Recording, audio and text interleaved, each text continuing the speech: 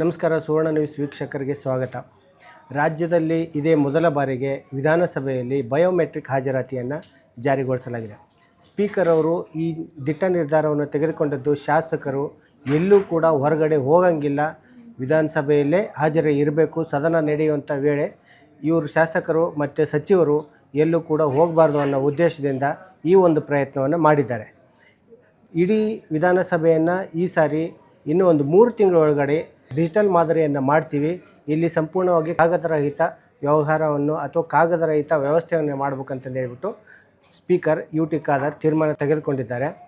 ಈ ನೆಲೆಯಲ್ಲಿ ಇನ್ನು ಸ್ಪೀಕರ್ ಅವರು ಈಗ ಆಲ್ರೆಡಿ ಅದನ್ನ ಕಾರ್ಯವನ್ನು ಆರಂಭ ಮಾಡಿದ್ದು 3 ತಿಂಗಳ ಮುಂದಿನ ಅಧಿವೇಶನ ಅಥವಾ ಮುಂದಿನ 3 ತಿಂಗಳ ಅವಧಿಯಲ್ಲಿ ಎಲ್ಲವೂ ಕೂಡ ಡಿಜಿಟಲ್ ಆಗಲಿದೆ, ಅಲ್ಲಿ ಕಾಗದ ವ್ಯವಹಾರ ತಪ್ಪಲಿದೆ ಅಂತಂದು ಹೇಳ್ಬಿಟ್ಟು ಈಗ ಹೇಳ್ತಾ ಇದ್ದಾರೆ.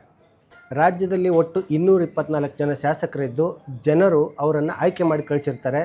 ನಮ್ಮ ಎಲ್ಲ ಒಂದು ಕುಂದುಕೊರತೆಗಳನ್ನು ಸಮಸ್ಯೆಗಳನ್ನು ಅಲ್ಲಿ ಸರ್ಕಾರದ ಮುಂದಿಟ್ಟು ಅದಕ್ಕೆ ಅನುದಾನ ತಂದು ನಮ್ಮ ಸಮಸ್ಯೆಗಳನ್ನು ಪರಿಹಾರ ಆಗಲಿ ಅಂತಂದು ಹೇಳ್ಬಿಟ್ಟು ಶಾಸಕರನ್ನ ಕಳಿಸಿದರೆ ಈ ಶಾಸಕರು ಬೆಂಗಳೂರಿಗೆ ಬಂದು ಇಲ್ಲಿ ಸರ್ಕಾರ ಕೊಡೋವಂಥ ವೇತನವನ್ನು ಗೌರವಧನವನ್ನು ತೆಗೆದುಕೊಂಡು ಹೋಟೆಲ್ನಲ್ಲಿ ಅಲ್ಲಿ ಇಲ್ಲಿ ಉಳ್ಕೊಂಡು ಮಜಾ ಮಾಡ್ಕೊಂಡು ಊರಿಗೆ ಹೋಗ್ತಾರೆ. ಆದರೆ ಇದರಿಂದ ಸಮಸ್ಯೆಗಳು ಪರಿಹಾರ ಆಗಲ್ಲ. ಆಮೇಲೆ ಕೆಲವೊಂದು ಶಾಸಕರಿಗೆ ಮಾತಾಡಲಿಕ್ಕೂ ಕೂಡ ಅವಕಾಶ ಸಿಗಲ್ಲ ಸದನದಲ್ಲಿ ಅಂತಂದು ಹೇಳ್ಬಿಟ್ಟು ತುಂಬ ಆರೋಪಗಳು ಕೇಳಿ ಬರ್ತಾಯಿದೆ.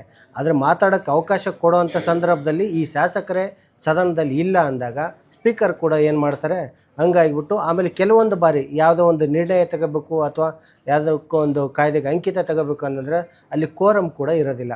ಹಂಗಾಗಿಬಿಟ್ಟು ಶಾಸಕರು ಈ ಕೋರಮ್ ಇಲ್ಲದೆ ಎಷ್ಟೋ ಸಾರಿ ಅಧಿವೇಶನವನ್ನು ಕೂಡ ಮುಂದೂಡಿದ್ದಾರೆ. ಕೆಲವೊಂದು ಸರಿ ವಿರೋಧ ಪಕ್ಷದ ಶಾಸಕರು ಬಂದುಬಿಟ್ಟು ಕೋರಮನ್ನು ಕೊಟ್ಟಿದ್ದಾರೆ. ಇಂಥ ಒಂದು ಘಟನೆಗಳು ತುಂಬ ನಡೆದಿದ್ದಾವೆ. ಈ UT ಖಾದರ್ ಅವರು ಶಾಸಕರನ್ನು ಹಿಡಿದು ಕೂರಿಸ್ಲಿಕ್ಕಾಗಿಯೇ ತುಂಬ ಈ ಶಾಲೆಯಲ್ಲಿ ಮೇಷ್ಟ್ರು ಹೆಂಗೆ ಕಷ್ಟಪಡ್ತಾರೋ ಆ ರೀತಿ ಕಷ್ಟಪಟ್ಬಿಟ್ಟು ಶಾಸಕರನ್ನ ಹಿಡಿದು ಕೂಗಿದ್ದಾರೆ. ಆಮೇಲೆ ಪ್ರತಿ ಸಾರಿ ಏನು ಮಾಡಿದರೆ ಒಂದು 3-4 ಬಾರಿ ಶಾಸಕರ ಹಾಜರಾತಿಯನ್ನು ತೆಗೆದುಕೊಂಡಿದ್ದಾರೆ. ನಾನು ಬೆಳಗ್ಗೆ 9 ಗಂಟೆಗೆ ಅಥವಾ 10 ಗಂಟೆಗೆ ಸ್ಪೀಕರ್ ಬಂದು ಅವರ ಸೀಟ್ನಲ್ಲಿ ಕೂತ್ಕೊಂಡು ಶಾಸಕರ ಹಾಜರಾತಿಯನ್ನು ಕೂಗಿದ್ದಾರೆ. ಇದು ನಗೆಪಾಟಲಿಗೆ ಈಡಾಗಿತ್ತು. ಇದೀಗ ಶಾಸಕರು ಕಡ್ಡಾಯವಾಗಿ ಸರಿಯಾದ ಸಮಯಕ್ಕೆ ಬರಬೇಕು ಅನ್ನೋ ದೃಷ್ಟಿಯಿಂದ ಈ ಬಯೋಮೆಟ್ರಿಕ್ ಹಾಜರಾತಿಯನ್ನು ಕಡ್ಡಾಯ ಮಾಡಿದ್ದಾರೆ.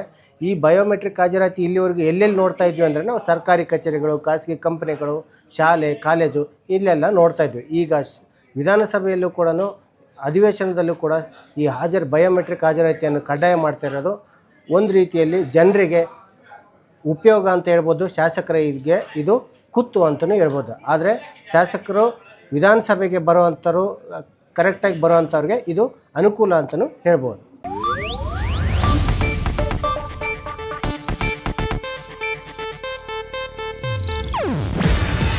ಇದು ಏಷ್ಯಾನೆಟ್ ನ್ಯೂಸ್ ನೆಟ್ವರ್ಕ್ ಪ್ರಸ್ತುತಿ.